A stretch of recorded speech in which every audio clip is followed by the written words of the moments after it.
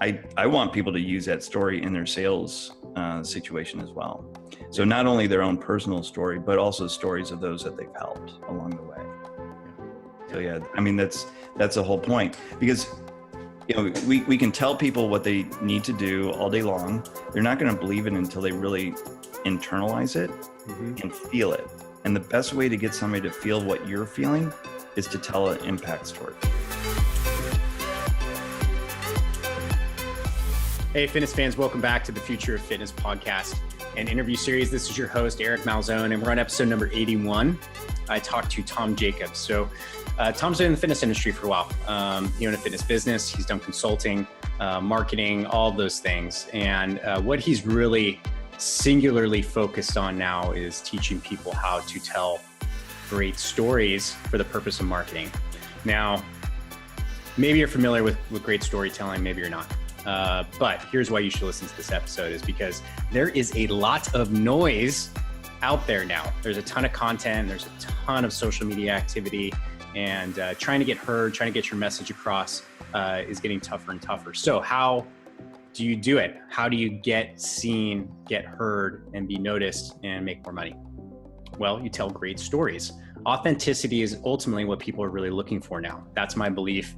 It's not a fact, it's just what I've seen. And one of the great ways to get across authenticity is to tell great stories and really connect with your audience that way. And Tom has mastered it. There's a couple stories that he gives within this episode that you'll really resonate with, and you'll understand where he's coming from and where the power of great storytelling can take you. So yeah, we get into it. It's a high value episode, great knowledge in here. It's stuff you can start taking away and using now, today, right after this. So enjoy it. This is episode number 81, Tom Jackobs. Off we go. All right, Tom Jackobs, welcome to the show, man.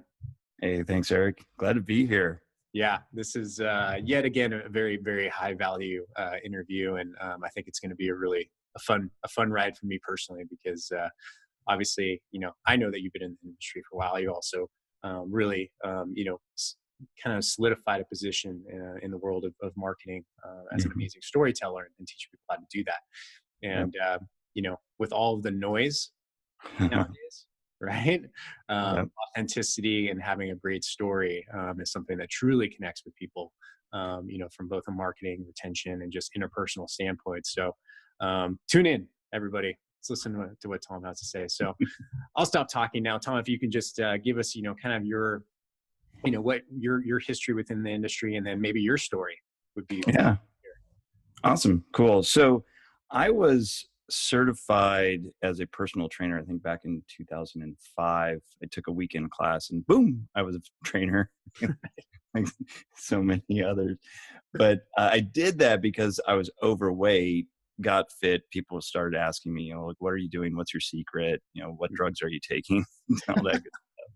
And I was like, wow, this seems so much better, more authentic to me than pushing some buttons on a computer and tracking rail cars of chemicals all over the country, which is what I was doing in the corporate world.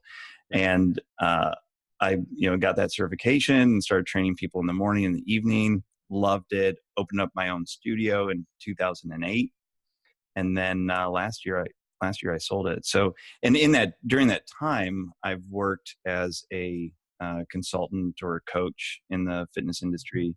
Traveled around the world doing workshops, literally around the world, well, English-speaking world anyway. Australia, New Zealand, the UK. Spent probably a month in the UK building up that business there, and it was fabulous.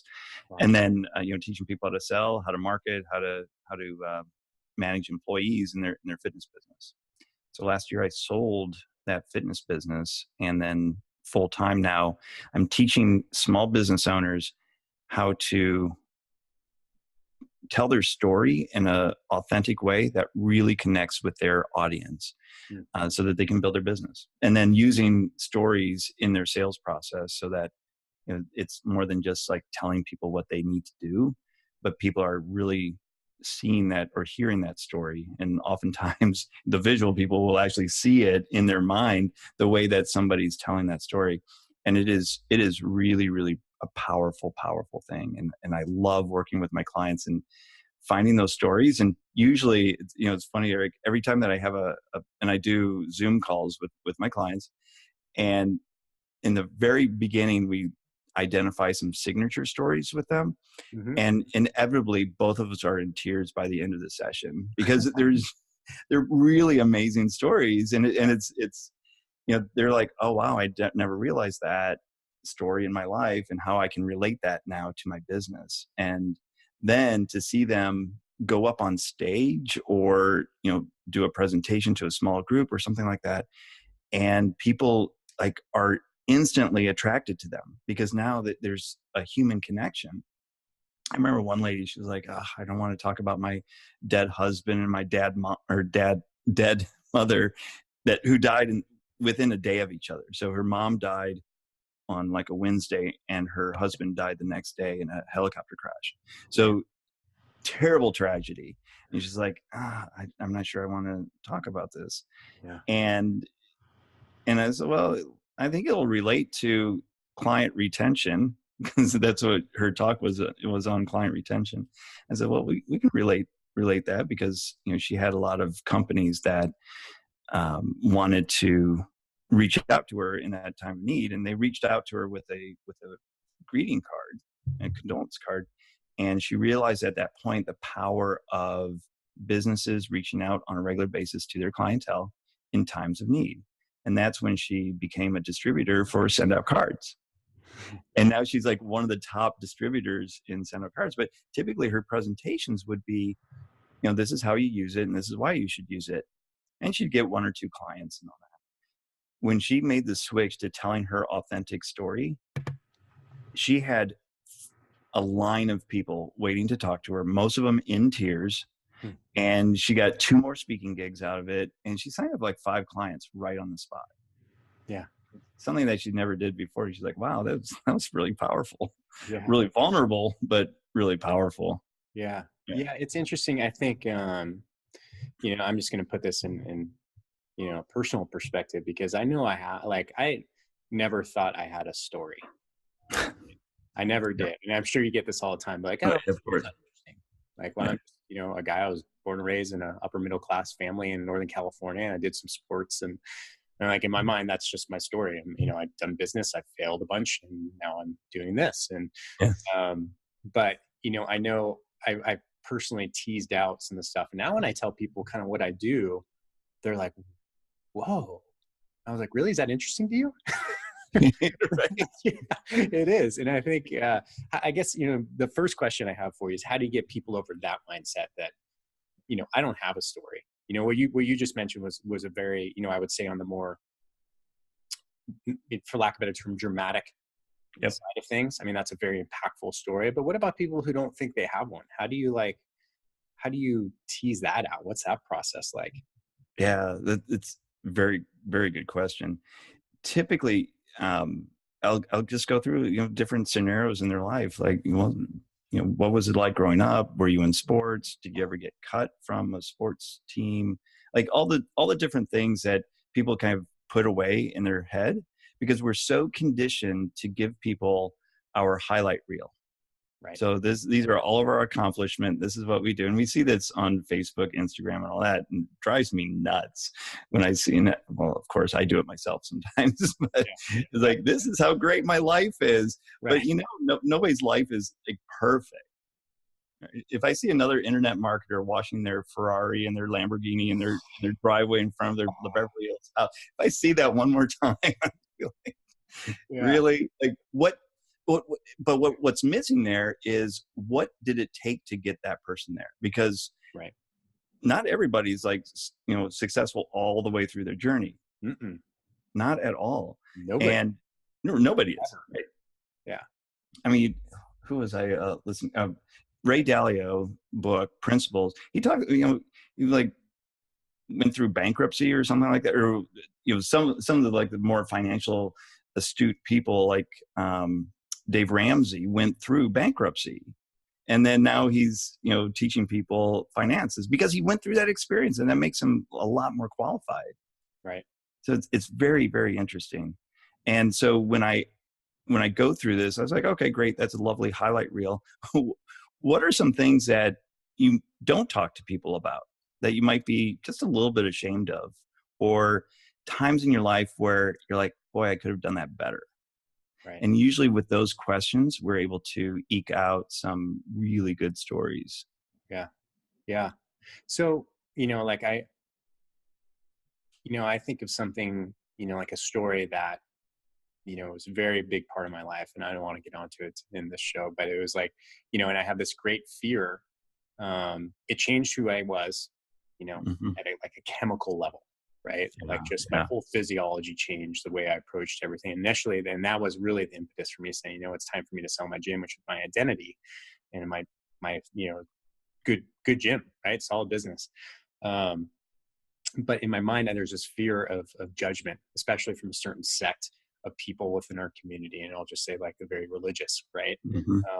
So for me, I have this great fear. I know it's a really impactful story. And it's actually a story that I think should come out eventually, and it will. Yeah. But, for that fear of judgment, like, Mm-hmm. how do you coach people through that? And is it when people tell a story, when they've had that fear of judgment, does the repercussion that they expect ever come back on them?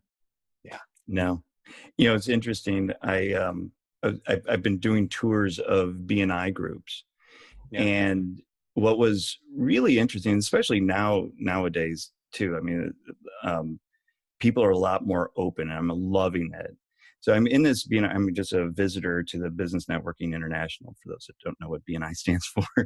But so as visitor, and so one of the gentlemen got up and to do his 10-minute presentation. He's an attorney, family law attorney, and family law and criminal attorney. And he gets up and he starts talking about, they always coach you, tell a little bit about yourself and your family, all that. And he goes up there, he goes, well, this is my fiance, and it's another man. And I think like 5 years ago, we would never see that, as a gay couple in a business setting saying, this is my fiance, this is who I'm engaged to, and this is who I'm going to be marrying.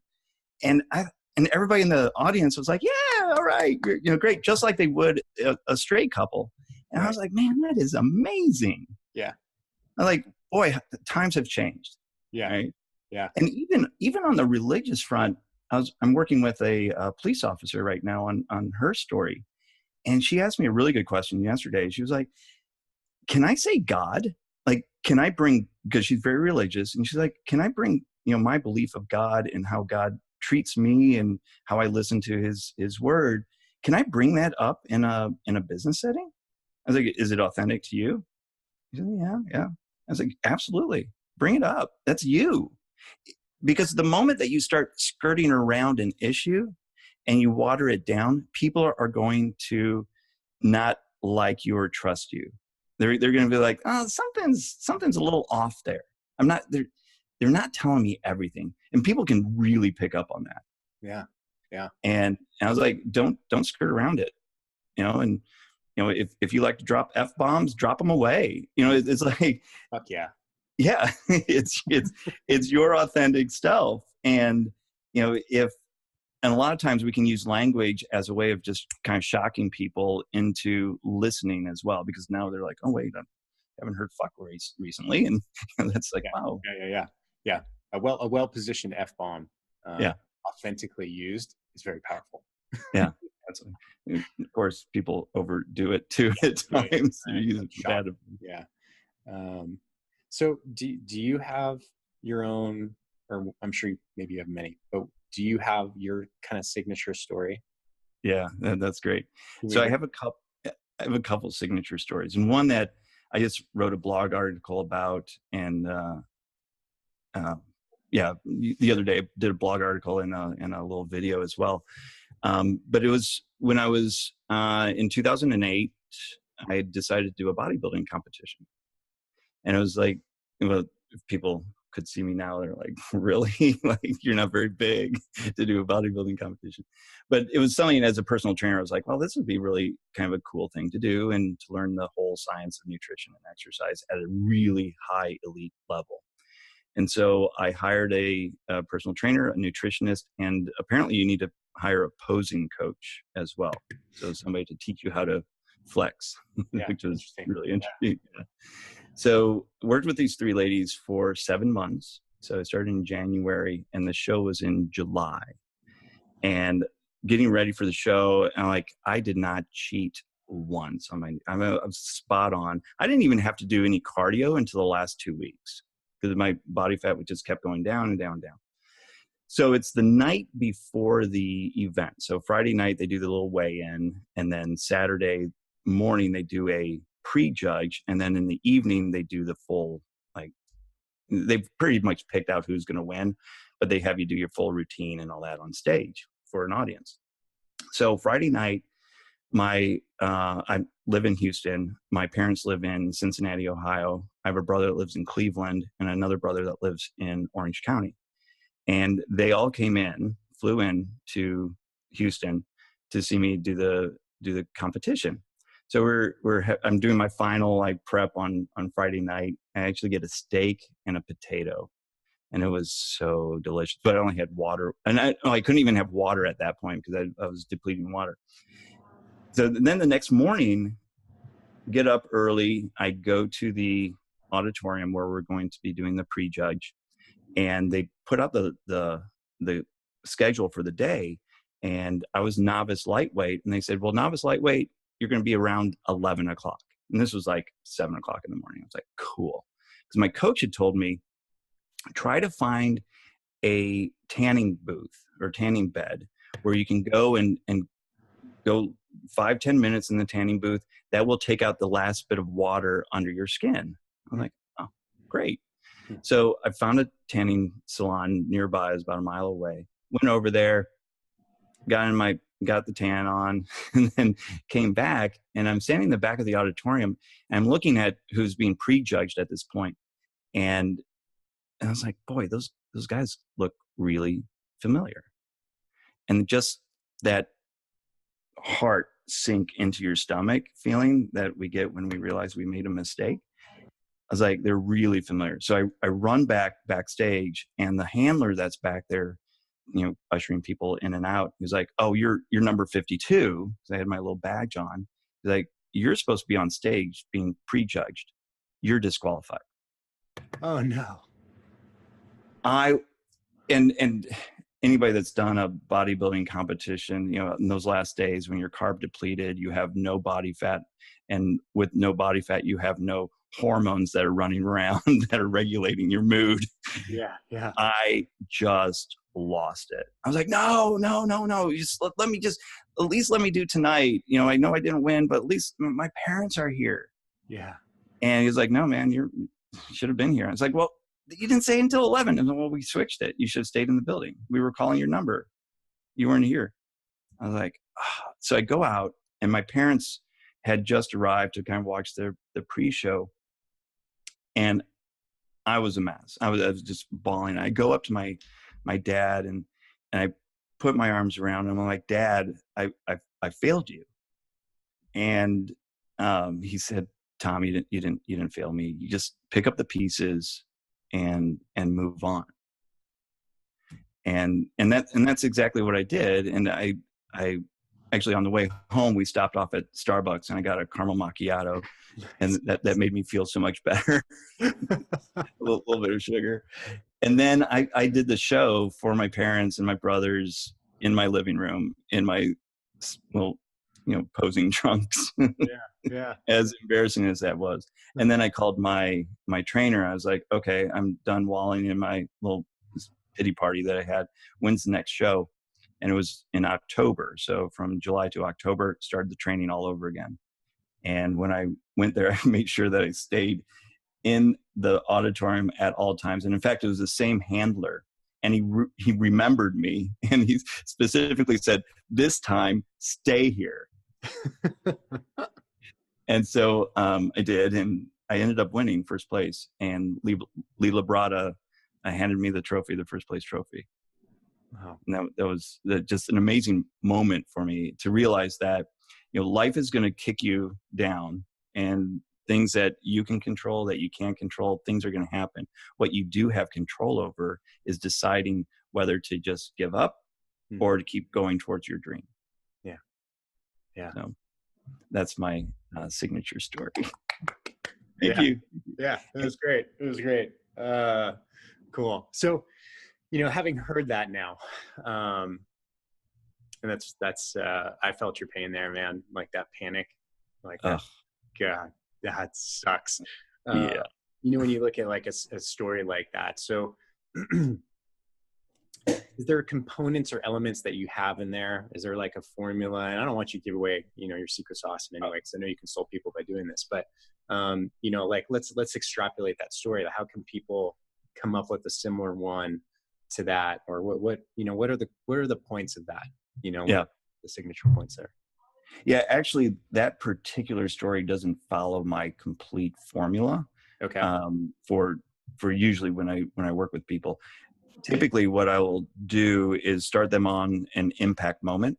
So that's the moment of conflict. So, and this isn't secret sauce at all. It's the hero's journey, and that's public information now. I mean, there's so many different sources on how to create the hero's journey. I mean, even if you just watch Star Wars, that's a classic hero's journey. Yeah. But usually, they want to, most hero's journeys, you start with the backstory, and that's what I did in that story. It started kind of with the backstory, why I wanted to do it.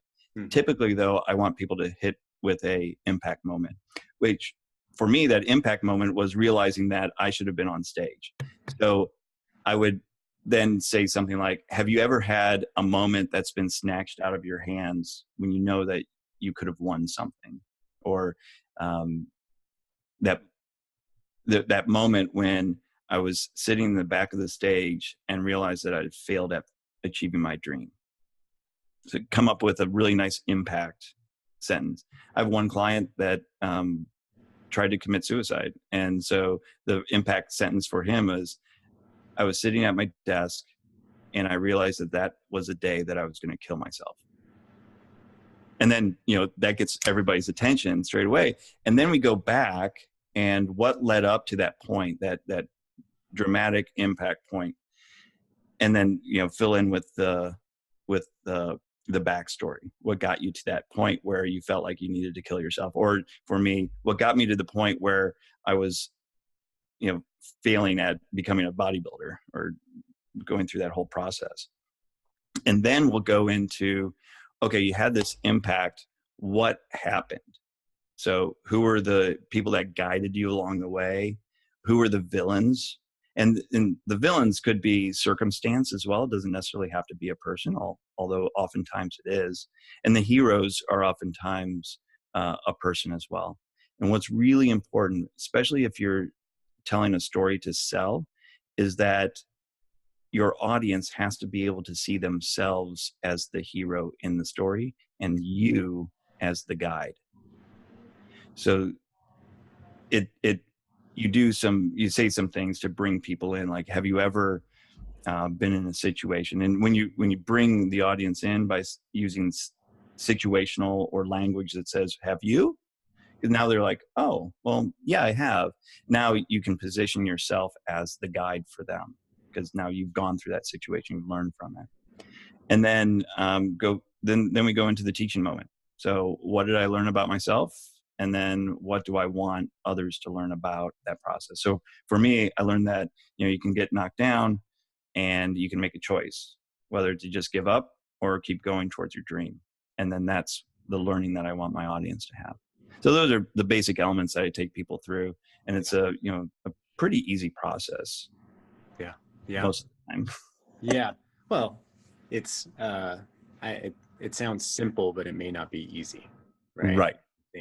I think there's a lot of courage you got to work up to talk about some things. And so Tom, when people have created their story, right, or one of their stories, I'm sure, if you've been on this planet, longer than 20 years, you probably have multiple stories, right? Hopefully. Now, how do you implement that into a marketing strategy? Something, that story to money. How do you get to there? Yeah. Great question. Yeah. So you just don't want to tell stories all day long? Yeah. Actually monetize that? Did you ever see that episode? I think it's South Park, where it's like, anyway, I'm going to go way off the deep end, but the episode goes like this. It's like, they're called underwear gnomes, where they go out and they steal people's underwear and then they make money. And the whole equation is like, steal people's underwear. Step 2, ? Step 3, money, right? Money. So what's the question mark? That's the next mark. year. Okay. Right. Yeah, exactly. So typically I want my clients to be in front of other people. So doing seminars, doing big speeches even, so that they're teaching people whatever it is that they want them to learn. So for me, when I was in the fitness industry, it was getting people to buy fitness and buy a program specifically from me. So I would tell my story of this epic fail and then tie that into, things are always going to get in your way. And there's a step-by-step process to get fit and healthy. And then I'd go through the teaching moment of that. And then at the end of it, you just have some very easy scripting of, if you're interested in learning more about this, come see me after the presentation and give me your details, and I'll be happy to give you, a 5 email sequence on, getting healthy and fit in the comfort of your own home. Or if you'd like to start working with me one-on-one, then, we can talk about that too. So that's like a super, super soft sell. The other is, I have a very special offer for everybody. Run to the back of the room and you take advantage of that offer. So it's story, teaching moment, sales script. And based on what audience that you're going towards, we map out what is the goal of the talk. Do you just want to add emails to your list? Do you want to sell something right there? Or do you want to have people take the next step, which might be a consultation or something like that? Yeah. Interesting. And, what if people aren't like speaking at a, a particular event or not in front of people? Is there a way to utilize the story, either through social or like any other way that you can implement it? Because I imagine once you have it down, it's something that you're just going to you're going to repeat this story multiple ways, right? Is there other ways to utilize it besides just sitting in front of people? Yeah, definitely. Social media, you can break the stories up into segments as well. Mm-hmm. I'm working with one client right now to take one of his stories, and then we're breaking that up into a 6 email sequence. So it becomes like a little mini series or a soap opera. It's like, tune in tomorrow for the next part of the story. And so that gets people really engaged, but also teaches them what he does as an architect. So it's really, really, you can use it for any sense. I want people to use that story in their sales situation as well. So not only their own personal story, but also stories of those that they've helped along the way. So that's the whole point, because we can tell people what they need to do all day long. They're not going to believe it until they really internalize it and feel it. And the best way to get somebody to feel what you're feeling is to tell an impact story. Yeah. Feeling emotional connection is so hard to get to, especially, when I look at the state of the fitness industry, which is probably most people listening, and my mom, hi mom, I think, we tend to get so much into like, everyone wants an automation. Everyone wants a sales sequence. Everyone wants just money to appear in their bank account, Right. Especially the online fit pros, right? They all want an automation, and that's it. But at the end of the day, you got to be able to connect into people and get the feeling and the emotion of that. So, if you're like Joe Fit Pro, Tom, and you're maybe you're a personal training studio owner, or you're a personal trainer who works with that, and how are you incorporating that within the cycle of getting found, seen, the know, like, trust factor, right? Like, how is that incorporating into that particular sequence? So how can these people start today, once they obviously start working on your story, but how do they get into like their sales sequence? Is that something you just, when you sit down with somebody for the first time, you just tell them your story? Like how do you recommend doing that? Yeah. So once the story is down, to really create that connection with people, I always, and if all they do is like online, so they're not really getting in front of people, I would have them do a live stream, do it like a Facebook Live, or if they have the budget, kind of create create a movie, just, a 2-3 minute video of their life. And I remember I saw an David Bett, he has a entrepreneurial blog, but he did a whole video of what it takes to be an entrepreneur. It shows him immediately, with his Ferrari, of course, Yeah. handing it off to a valet. But then it takes people back to when he was driving a Toyota Corolla and knocking on doors to try to get business. Right. And kind of the journey, what it takes. Nobody sees the miles that you run. And so he created this 2-minute video that was really, really impactful. Yeah. That really took people through his story and his journey to be an entrepreneur and to be as successful that he is. Yeah. So, you could do the video, you could do a live stream, you could create an email sequence that takes people through your story as well.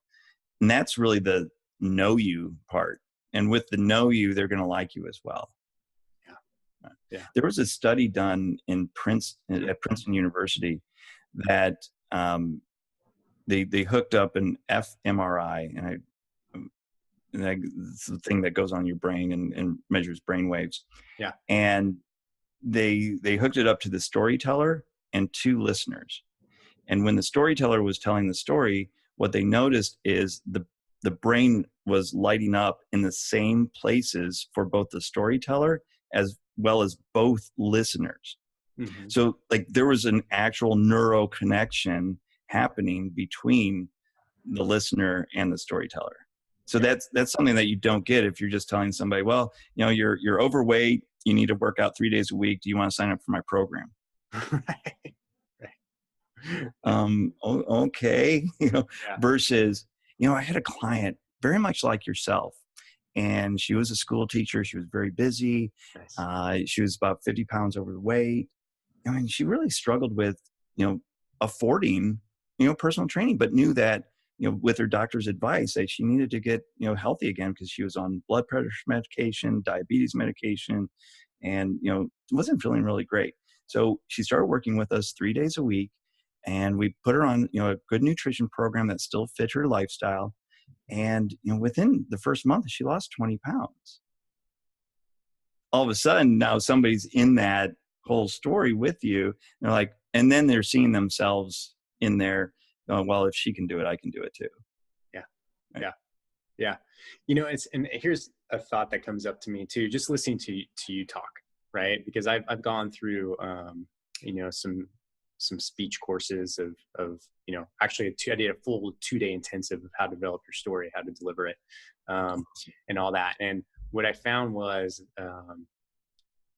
when you tell your story, you have a very calm demeanor, right? Which I presume is authentic because that's just the way you talk. Right. But I notice a lot of times I go up and down. I can be very calm, but if I'm fired up about something, right? I'm just bounding with energy. But when I tell a story, I tend to be more calm because that's the state of mind I'm in. But I've also seen a lot of people get up and tell their story and completely change the person who they are, right? All of a sudden they're up there and they're being someone else. And sometimes it's good, sometimes it's not. But, what do you, when you're coaching people through that process, is the actual delivery, right? Yeah. Is it authenticity? Do you tell people to be upper, be more energetic, or how do you deliver that coaching? Yeah. The energy level, I really don't get into. What I do get into is vocal patterns. Okay. And what we'll do is I actually have people write out the story like it's an essay, but in a conversational way. And then we go through and we add in where the pauses need to be. Mm-hmm. And then we also do stage blocking. I have a degree in theater. So that was my background. Yeah. Yeah. And, I'm taking acting classes right now as well, just to hone my craft that way. And so we do actual stage blocking along with vocal inflection to make sure that their message is impactful. The energy will come as it is, because I probably the reason that I've never gone into the energy piece is because I want them to be as authentic as possible. Yeah, I agree. Yeah. What is stage blocking for those of us who don't know? Oh, I'm sorry. So that's just movement on stage. So I'll actually create 3 areas on stage for Mm-hmm. them to deliver their message. Because what I've noticed for a lot of speakers, people like to pace back and forth, and Mm-hmm. there's no purpose to what they're doing. Yeah. So when I want them delivering their impact moment and their teaching moments, they're center stage, they're up close to the audience, and it's real direct. Mm-hmm. And then when they go back in time, they go to one side of the stage. And then when they're talking about future life, they go to another. So now the audience is, oh, okay, we're at teaching moment because he's center stage. And it's very subliminal. But, oh, we're talking about past experience. He's on this side of the stage, and Right. future experience that side. So, yeah. Yeah. Yeah. Yeah. Yeah. I remember that too, because that course I took. And also it helps with, okay, it helps you with the memorization of the story. Like when I go here, this is when I'm telling this portion of the story. When I go here, I'm telling this portion of the story on stage. Right. Mm, So that was a pretty useful bit in there. yeah. Um, yeah, can you give us like maybe one, somebody you've worked with specifically to the fitness industry, one really, I know you can't deliver their story for them, but something that has been, a huge success for someone in the fitness profession, just gives people some inspiration to start doing this.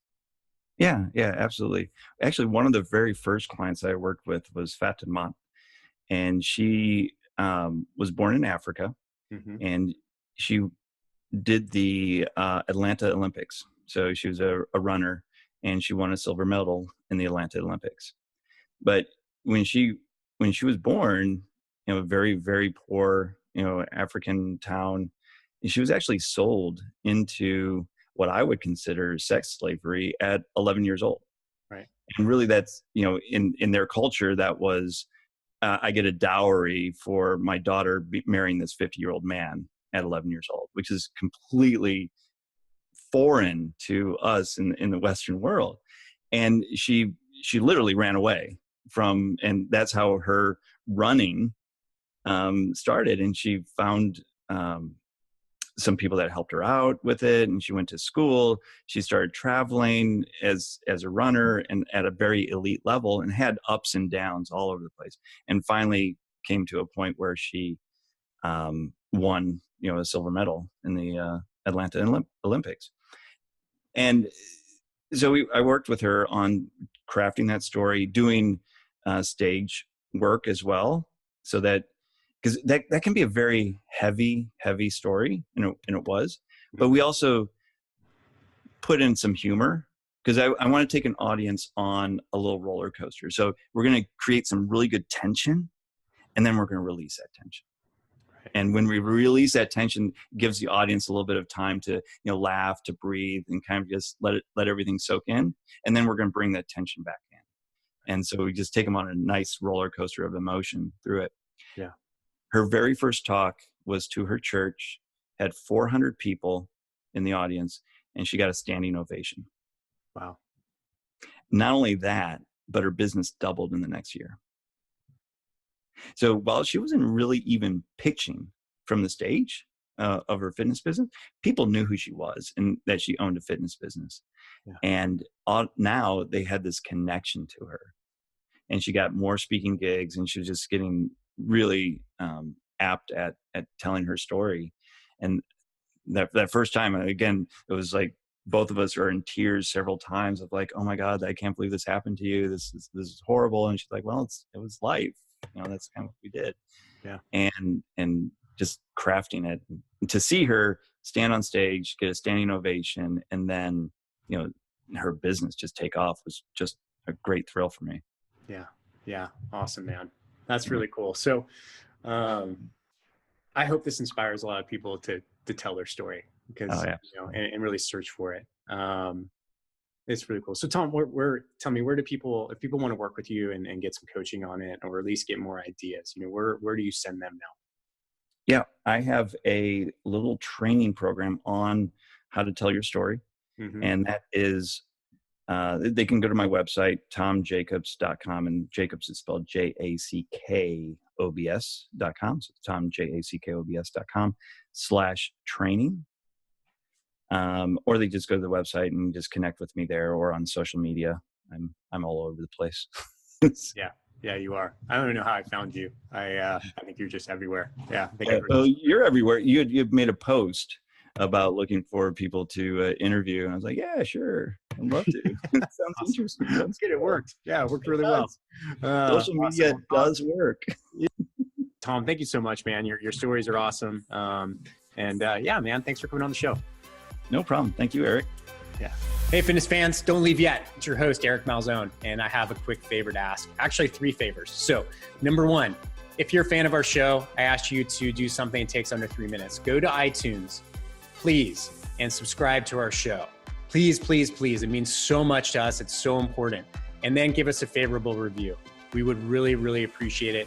And I can't tell you how much it means and helps us out. So I know it takes 2 minutes of your day, and it means a lot to us. So please do that. Number 2, go to our YouTube channel, or Fitness Marketing Alliance, and please subscribe to our YouTube channel there. Number 3, if you like this episode or any of the episodes that we've released, share it on social.